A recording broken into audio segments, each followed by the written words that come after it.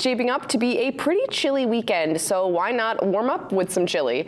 This Saturday, the Bangor Masonic Center is hosting its 5th Chili and Chowder Cookoff from 11 to 3 p.m. It will be held at the Elks Lodge on Odlin Road in Bangor.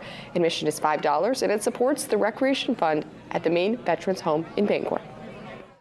Doesn't raise tens of thousands of dollars, but it has a significant impact on their recreation fund.